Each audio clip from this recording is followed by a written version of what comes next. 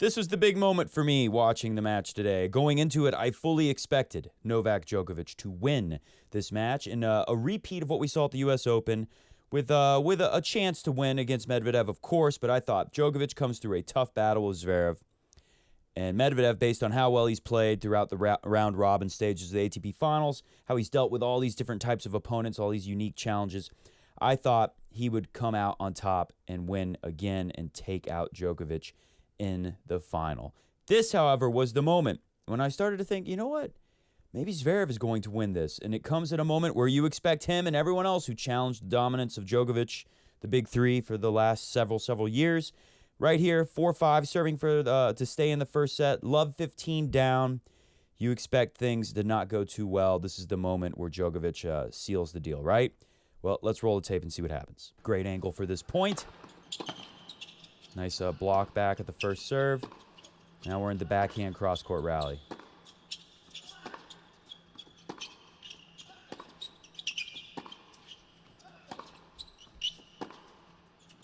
He's going to run Djokovic. Now, all of a sudden, they got to change camera angle. You can't see it as well from that angle when he ran out wide. There's the stumble. Opens it up. And that... Zverev did so well. It looked like he stumbled, didn't he? Oh, he did. Towards the end of the points. Regained his balance and finished in style. Wait for it. What a point. So much to admire. That's where he nearly stumbles, but he hammered the backhand, and this is as good a volley as you will see. As good a volley as you will see, and absolutely true. Now, I was already starting to feel like, wow, Sasha Zverev, this guy really believes that he not only can, but should win against Djokovic tonight. He's got a lot of belief just from the way he was playing from the baseline. And he's been serving well all tournament long. And then to see him close onto the net and hit a volley like that, with that kind of conviction, it's starting to feel Djokovic, greatest hard court player in the world, best from the baseline in these long rallies on pretty much every court in the world, but especially on hard courts, right? It feels like maybe it's starting to slip just a little bit. Maybe there's not just one, maybe there's two guys who are better from the baseline on a hard court than Novak Djokovic. I can't believe what I just said, but I did. Comment below. Do you think that is a crazy thing? Welcome to Coffee Break Tennis Podcast. Very happy to be here. I've enjoyed watching the ATP Finals this year quite a bit. It's been interesting to see how things are shaking out with the future of our sport. Put a headline up there. Euro sport. Opinion. Sorry, Rafa and Roger. There's a new big three in men's tennis as the ATP Finals reaches the Final Four. And Berrettini, he's in the picture. He's not part of the new big three. It's Djokovic, Zverev, Medvedev. That is now, obviously, Rafa might have a lot to say about that, and I'm sure Roger is going to do everything he can to get back out on court and have something to say about that. Now, it wasn't that long ago I made a show talking about how I don't think there's going to be a new big three, but I mean, there's definitely no denying that Medvedev, Meds, Sasha, Novak, those guys, they're a cut above everybody else on tour right now. I'm not going to count out Rafa. I'm assuming that he's going to come back healthy enough to pick up things where he left off. But, these guys definitely stand out. And after seeing Djokovic go down to Medvedev at the U.S. Open, and now not getting our repeat from the U.S. Open like I thought, going down to Sasha here again, and what's a big match after seeing Djokovic take out. Let's not forget Djokovic did get a big win over Medvedev. I'm definitely not saying he's done, and I know I said that earlier. Comment below. Is it crazy to say that maybe these guys are better from the baseline now than Djokovic on a hard court? Is it possible? Because in Paris, don't forget, even though we didn't do a show, but I wish we had because it was very interesting to see Djokovic saved the day with coming to the net, serve and volley, and just coming to the net in general as he was being outplayed from the baseline by Medvedev on a much slower court.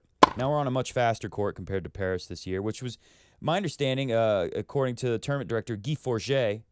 Forget that guy. It's been so long. I guess we can forgive him. But yeah, Guy Forget was saying, look, we've been trying to speed up the court since Federer told us he wasn't going to play this thing because it's too slow a few years ago. It's not our fault. It's actually, I think he blamed the supply chain crisis, saying, and it's real. Like, I ordered a case of tennis balls. It took about 2.5, 3 months to get to my house. So I'm hoarding tennis balls so that I don't run out when they all run out and you can't get them. I mean, if you go to Target or Walmart, where I normally would go buy tennis balls, cans of tennis balls, they don't have any, or they have some like off-brand pressureless balls that feel like you're playing tennis with rocks. They're the worst. It's like playing tennis with pine cones. Anyway, so maybe there's some truth to that. Guy Forget was saying that they're trying to manufacture the balls any way they can, so they're having to use crappy materials. Basically, they're having to not use as quality, I think were the words he said. I don't remember exactly, but they didn't use the quality ingredients of a tennis ball that they normally would have, meaning the balls were fluffing up and getting slow and dying quickly. So that was what they said was the case. Bottom line was it was very slow. Djokovic could not hit through Medvedev's defense. He had to go to the net. So I feel pretty comfortable saying there, and I thought it was going to hold up here, saying that Medvedev was going to outplay him from the baseline. Djokovic wouldn't be able to hang eventually. And now Zverev, is he playing better from the baseline? Well, he certainly was today in his victory. Now he goes to the finals. And these guys are going to both play. A BS Russian and a real Russian are going to play for a chance to have two of these things, which is pretty crazy, even though Rafa's never freaking won it. In the era of the big three, we haven't seen anyone win two of these things. A lot to talk about in today's show. I don't know what all we'll get to because I mostly want to talk about today's match. I got a lot of match notes. I've taken notes throughout the whole tournament. I apologize for not being on camera for this. My area, my desk, the Coffee Break Tennis desk is not there currently, actually. We're having some remodeling happening in the Coffee Break Tennis headquarters. So I'm going to be, hopefully I'll get it together and we'll at least do a couple videos before the end of the year. Do some 20 slams of Christmas maybe in December. I didn't do that last year. I got the COVID, remember. But definitely want to do that this year. So hopefully I'll get things back in order and we'll have the production set for the show back pretty soon. But until then, we'll do some audio-only podcasts. For those of you out there who comment below that you wish I posted this on Apple Podcasts or whatever the other one, Android podcast place, whatever they call it, I don't know. Good news for you, YouTube, it sounds like, is going to be rolling out a podcast platform through YouTube. So I'll be able to just send audio to the podcast world from YouTube. I won't have to learn how to work with some other kind of system, which is a big reason why I haven't branched out and done that yet, because I'm very YouTube-centric. I've been, YouTube's been good to me. It's helped spread the word about Coffee Break Tennis and get me out there. So I have been very hesitant to move the show to anything else, even if it is just ripping the audio from the YouTube show and putting it somewhere else. So with YouTube encouraging it and setting it up so I'll be able to submit through them, good news for you out there that want a Coffee Break Tennis podcast. As soon as YouTube gets that up and running, I will be one of the first people to sign up and make that happen. Anyways, like I said, I've enjoyed watching tournament, taking notes and clips and stats and images throughout, but I want to we'll see how long it takes before I'm done talking about Djokovic and what just happened, and we'll talk, of course, about Medvedev and Casper Ruud boy. Okay, here we go. This is from, I believe this is from day one after the first set. Djokovic, I think he beat Casper Ruud on day one. As you can see, this is 2 feet from the lines. Djokovic serving the corners, a la Roger Federer style. One of the best things about watching Djokovic as he gets into the mid and going to the late 30s next in his age, like what we see with Roger Federer, really clean things up and be more offensive-minded. And so Djokovic did it in Paris, did it here especially. When things got tough, great serving bailed him out. It happened today against Sasha Zverev. It's just unfortunately for Djokovic and the Joker fans out there, it was not enough. So take a look. Day one, 75% in the ad, 77% in the deuce are falling inside that 2 feet from the lines, the service box lines, and obviously not hitting at the body at all, only hitting the tee and out wide. So let's look. How does that change? 95% points won on the first serve in the first set against Casper Ruud boy. Really high today against Sasha Zverev. Let's see, where's my... there we go. 87% on the deuce court, 72% serving very well today against, it falls off a little bit there on the ad court. I mean, quite a bit, actually, compared to 87. But still, it's good. You're hitting 72% within 2 feet. And the ones that missed, they're not too far off. 67%, that's the bottom line there up to this point in the match. I can't remember exactly when in the match this was. Let's say about halfway in. 67% of the first serves from Djokovic are just not coming back. So he did well there. Djokovic did well with the serving. The problem was that he often wanted out, is how it felt. So let's take a look at another video clip so you can see what I'm talking about. And you'll hear the commentators in the video clip. They'll say that Djokovic is not very interested in playing in long rallies. And then we'll look at some stats to back that up, because that really was the story. Djokovic knows it. I mean, it's pretty obvious. He wanted to not get in the long exchanges so much. And in the end, the first set especially, he lost most of them by far. Take a look at the stats in a little bit to show you. Second set, he barely won the longer rallies. Third set, when they averaged all 3 sets together, they didn't show individual third set stats. Averaged all together, I think Zverev wins 2-1 for long rallies, a 2-1 ratio over Novak Djokovic. So obviously, he had to make things happen. Some bad drop shots came that hurt him. Pulling the trigger a little early sometimes from the baseline hurt him. But there were times where it was awesome, and he hit some incredible shots, particularly when he wins that second set. That was the only time that you felt like, towards the end of the second set, you really started to feel like, all right, now Djokovic is outplaying Zverev from the baseline. I think it was a little bit mental, and Zverev quickly, he got it out of his head and went back to doing, his best, playing his best on the court.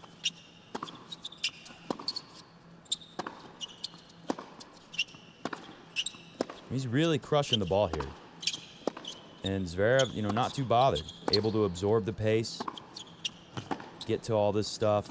So he wants to take the risk here, and not good enough. We saw a lot of that today. That was. What a camera angle. All right, so let's take a look at this next point. And remember here, Djokovic down a set now and serving, love 15, 1-2. If he gets broken here, it's 3-1. The way Zverev is serving, it's probably 4-1 before you know it. Novak knows this is not a position to get in. So what happens here? Good first serve. Serve and volley.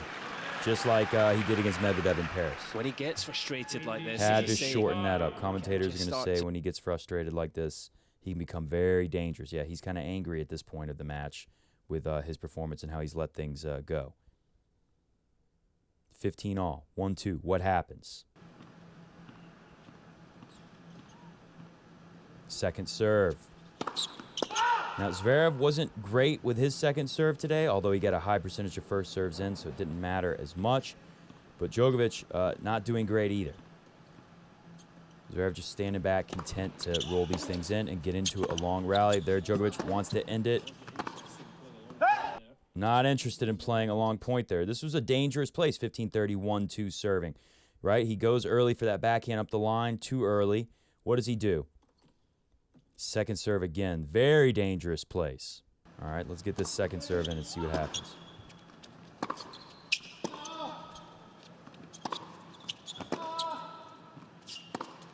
Coming to the net. Great volley. A lot of great volleys today from Djokovic. At 30-all, we get the serve saves him. Slider up the tee, deuce court. And then for 40-30, the serve comes in pretty handy for Novak Djokovic again. Djokovic. Right up the tee, into the net. All right, so disaster averted there, but you see what I mean. That was the entire match, right? When we get into long rallies, and let's take a look. Let's take a look at some stats now. We'll look at set number 1. Zverev, 14 on 8 unforced errors. Djokovic good at the net, 6-8, but not a lot of it. This is a very close set. Zverev won 40 out of 78, Djokovic 38 out of 78, so 2 points makes the difference. It's a tiebreak set, obviously. I have a lot of match notes. I actually want to run through those match notes in a second. But here was the thing I wanted to get to.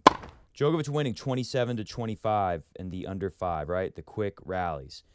He did really well. I mean, take a look at this. 66% first serves in, winning 92, winning 38 on second. Because when the second serve went in, he wasn't doing anything super special with that second serve. He was getting into long rallies. He's going to beat almost everyone on tour that he plays on a hard court in these long rallies, but not Medvedev and Zverev right now. So 38% second serves means a lot of means every time he got into the long rallies, because, Zverev's getting those second serves back, no problem. He's tending to lose those, and, of course, you just saw it up there. 27 out of 25. A lot of that's coming from the 92% there. 5 out of 7, 5 to 7 in the 5 to 9, and 5 to 9. It doesn't seem like a big difference, but what is that? That's plus 6 for Zverev here. So 16 to 10 overall when we're talking 5 shots and above. It's a big enough difference to win that set there. And then also we see in the serve speeds a lot more speed than Novak Djokovic. But Djokovic able to get more returns. He's a great returner. Is it enough? That's the thing. I'm not denying the great things about Novak Djokovic. And he's still great at him. He's still really good at him. But is it enough when you're dealing with Medvedev and Zverev and the way they can serve? They've got big serves, bigger serves. Obviously, look at the speeds. And they're better from the baseline, it seems like, right now. So as we move on to the second set, we'll run through that, and then we'll look at some of my match notes and talk about it. But, I started getting the feeling early on. I think it was, right when I was thinking, man, Djokovic does not want to get in a long rally. He just seems shakier, like he's going to make an error first. This flashed up on the screen at 5-all. Djokovic was leading 10-4 in the unforced errors. So, I had the feeling that this is what it was going to shake out to. And the longer it went, even though at the end of that second set, just from watching the big three and Djokovic for so long, you felt like Djokovic was going to win now. But the longer the match went, the more it felt like Zverev is really producing something special from the baseline, and it's going to be very difficult. And some of the volleys that Djokovic had to come up with to get himself out of trouble on serve in particular were, the kind of volleys like incredible, nice to see it. It's a very enjoyable, high level of tennis to watch. I loved watching this match. It was exciting, right? But you just feel like if you want Djokovic to win, like, man, is he going to have to hit an incredible volley like that every time? Every service game? Is he going to have to come up with something special? Because if you watch tennis long enough, it doesn't matter how good the player is. Nobody keeps coming up with that kind of stuff. You can only rely on that to save you while you get the rest of your game together. And no matter what Djokovic did, it always felt like, except for one rally. Let me show you this one. This is when it felt like Djokovic was really, this was the highlight, the peak of it, where it felt like, all right, Djokovic is outplaying Zverev right now from the baseline. But Zverev did bring it and step it back up in the third set.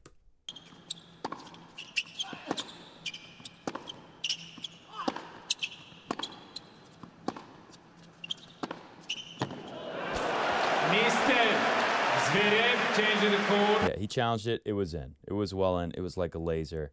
Let me look at my match notes, and let's talk a little bit about what we got in the match notes here. All right, so the first thing I thought that was noteworthy in the first set, sorry to go back to the beginning of the match with you, but I'm going to run through these match notes real quick. Don't have a lot here, but it's we got a few minutes to talk about right here. Both start with strong serving in the Djokovic-Zverev match is what I write here, but at 2-3, Zverev starts hitting second serves closer to the Joker strike zone. I think I might have showed a point earlier that started with a second serve. You could see Djokovic is going to come up with good returns on there. On those second serves. Obviously, Zverev did a good job of getting a lot of first serves in, and he was able to win enough of those second serves for it not to be too big of a factor. But I noticed here, second serves closer to the Joker strike zone, add down the tee, but too close to the forehand, gets slapped for a winner at 2-3 in particular.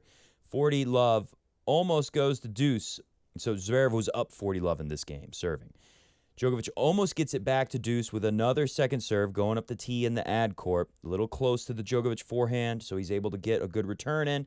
They have a fairly long rally, and then Djokovic goes for the drop shot, misses wide, lets Sasha Zverev off the hook in that game. But I started feeling after I noted that it didn't really matter about the second serves, and Djokovic, unless he hits it for a winner, obviously, but if Djokovic gets it back and they're kind of neutral, in the past, that would be enough. You would expect, all right, Djokovic got neutral on the big server's serve, or his second serve in this case.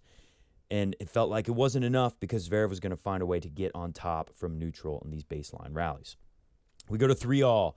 I said this was a pivotal moment. Djokovic serving. He saves it. He wins a long rally towards the end, but the rallies look like he needs them to be shorter. This is when I start really noticing this. I expect his long rally stats, this is what I wrote at 3-all in the first set, his longer rally stats are going to be close or losing. And we just looked at it. What were the numbers again? I said it was either going to be close or he was going to be losing. It was 5-9 in the over 9 shots and 5-7. So close in the 5-9 and almost 2-1 favors Sasha Zverev in the over 9. So actually, it doesn't look that. You'd think, oh, it's only 4 points, but when it comes down to Zverev's winning 2-1 and shots, rallies over 9 shots, that's a bad stat if you want Novak Djokovic to win the match. All right, going to 3-4. Good defense from Djokovic early, but this fast court means the longer the rally, the better for Zverev. Yeah, if you're outplaying someone from the baseline and it's a fast court, when you hit a good shot, it's going to do damage early.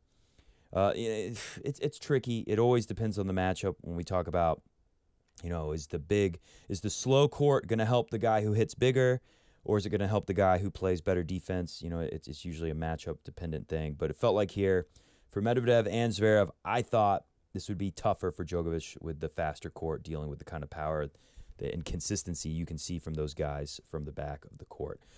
Great serving. This was a stat. They said both players are seeing 2/3, 66% of their first serves not get returned. So it was very even at this point, but we could see that this trend was starting where Djokovic was kind of desperate to not get involved in the long rallies that he was losing.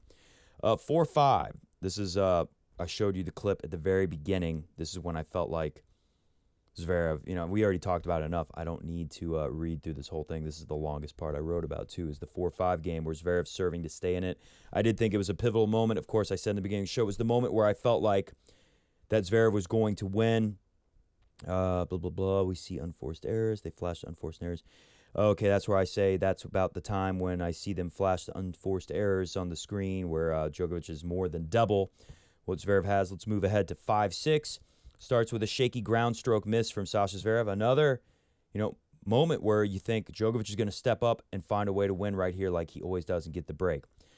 Then a return off the net and another uncomfortable-looking ground stroke. A forehand goes long for Sasha Zverev after the return hits the net and kind of sits there. And then what do you get from Zverev? 3 big serves in a row. Zverev looks confident again. But I wanted to point out here, I wrote this down, at the 5-6 game, serving love 30. He ended up with a short backhand that he smacked away for a winner. Maybe if that was a forehand, he misses it. He's in a love 40 hole. So it was now it wasn't Djokovic's fault. It was a big serve. He couldn't control whether or not that he just got that return back in, period. Couldn't control let's make sure Zverev hits a forehand. Like he just did the best he could to get it back. And Zverev got a backhand. I thought, that might have helped him out there. But bottom line is 3 big serves in a row really, did the damage there and got him back into that game, into the tiebreak. Djokovic throws a double fault in at 2-all, gets the mini break back with an incredible return off of a first serve, if I remember correctly. 2-4 becomes 3-4. But then, serving 3-4 on serve, Djokovic gets in another long rally. He goes for a drop shot, wanting out of the long exchange as soon as possible. And it's not good enough. Zverev runs up there and smacks it away, just like in the clip I showed you earlier. Misses more first serves. Zverev lights him up, backhand down the line to get to 6-4, and a big slider out wide in the deuce court's first serve takes it. And we go to the second set. Zverev wins the tiebreak. I only wrote one thing about the second set in my match notes, not much here.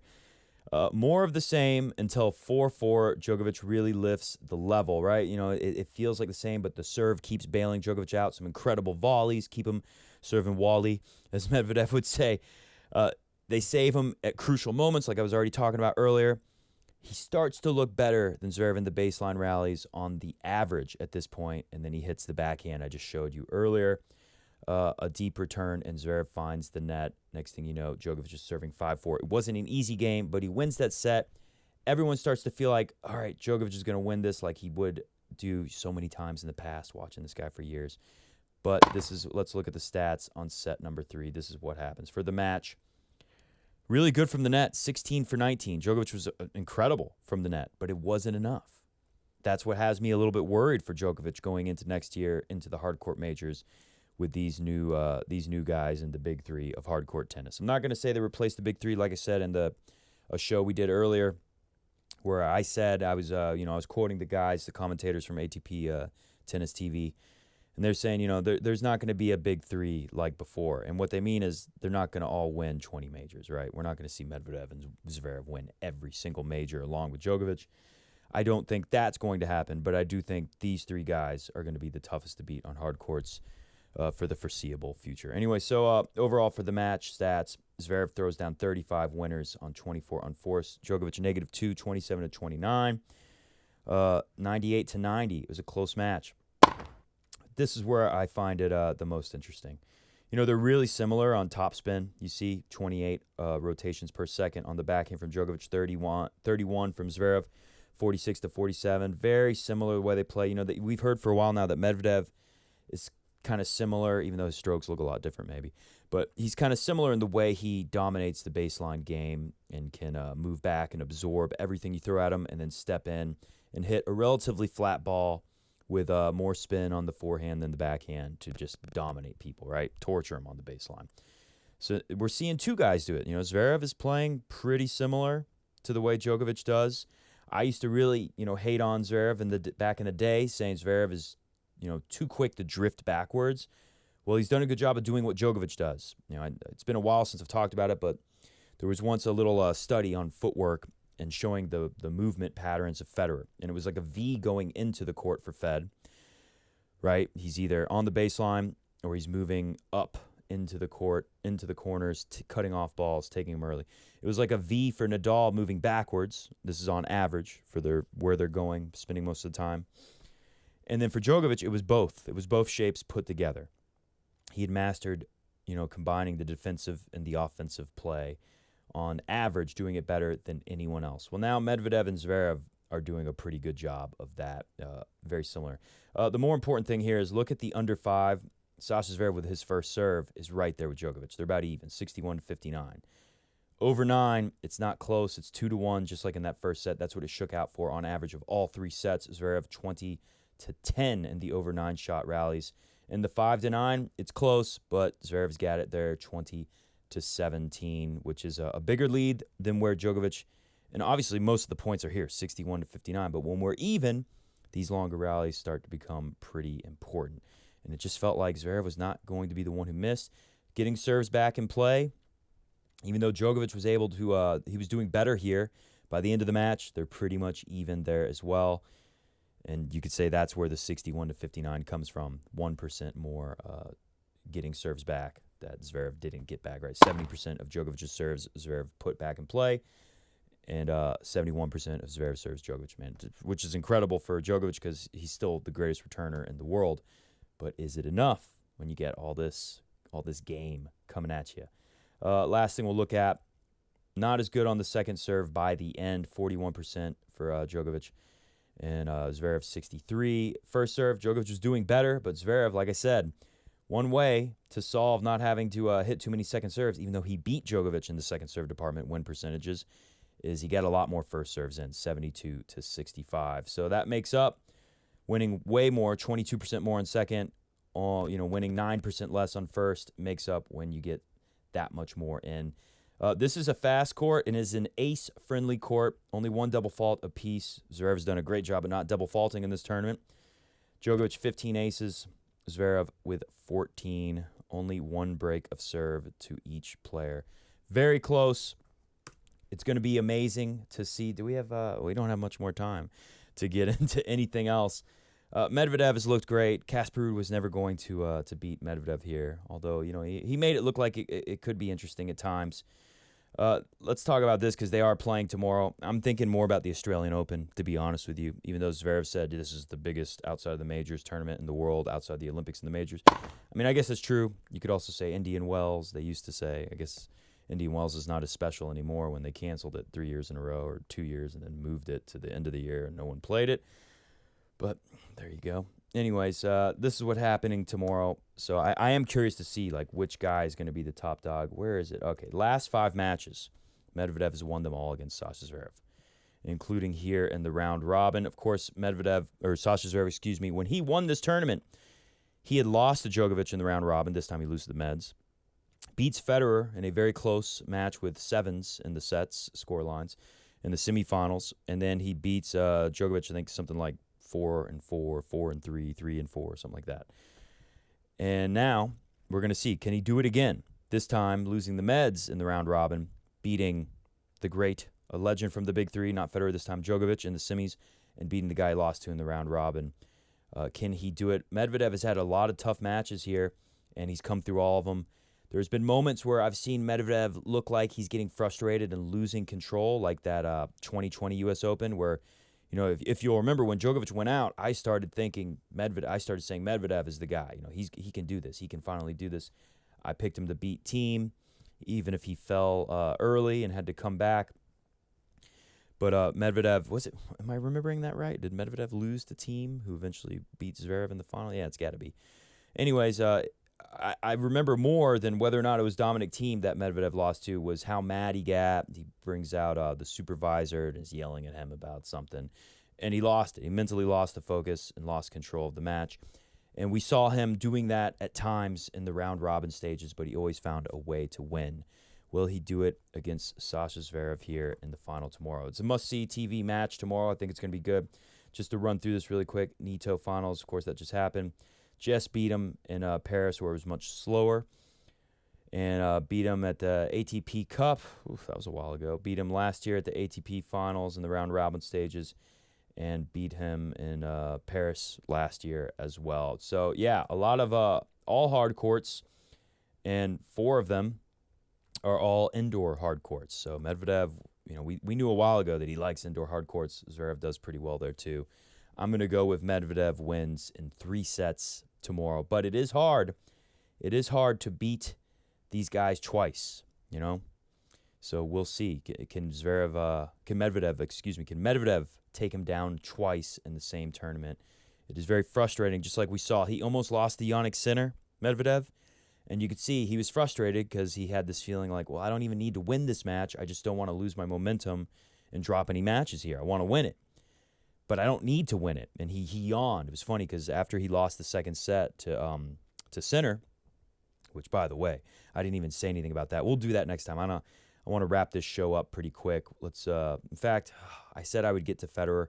We'll talk about it on the next show. We're definitely going to wrap up after tomorrow's match. We're going to wrap up Monday what goes on here just in time to get everyone ready for Thanksgiving. So we'll get to it there and talk about Roger Federer coming back next year and talk about what I saw with Jannik Sinner here, because that was pretty incredible stuff. You know, I predicted that he would be here. It looked like he wasn't, and then next thing you know, he's there and he's winning. And it looked like he had a chance. He almost had a chance to be the first guy to be an alternate that actually qualifies for the Final Four, for the semifinals of the tournament. He had a shot. Hubie Hurkacz screwed that all up. We'll talk about that next time.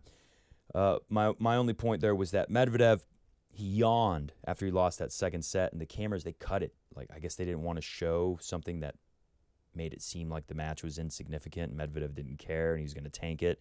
It's always a weird thing about this tournament when you've locked it up and you're going to the Final Four and you got to play one more against a guy who has no chance into getting there.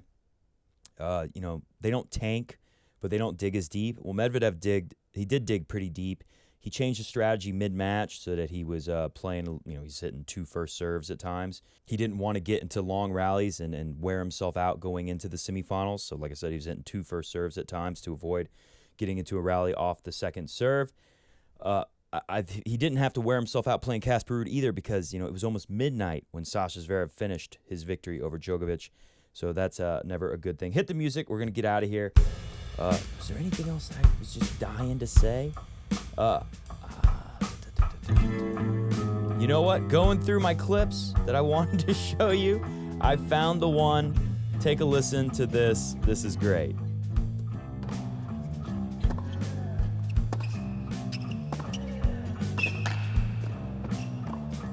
Oh, absolutely sensational. And how about the finish? Slightly unorthodox, but highly effective. And that's Danny Medvedev in a nutshell. He's slightly unorthodox, but look at this, right? A lot of guys would play like a little volley here, take that low as it's dropping, try to hit a drop shot or something. Medvedev, he'd rather just fall backwards and slap that thing for a winner. Enjoy the match tomorrow, and we'll be back on Monday to talk all about it. See ya!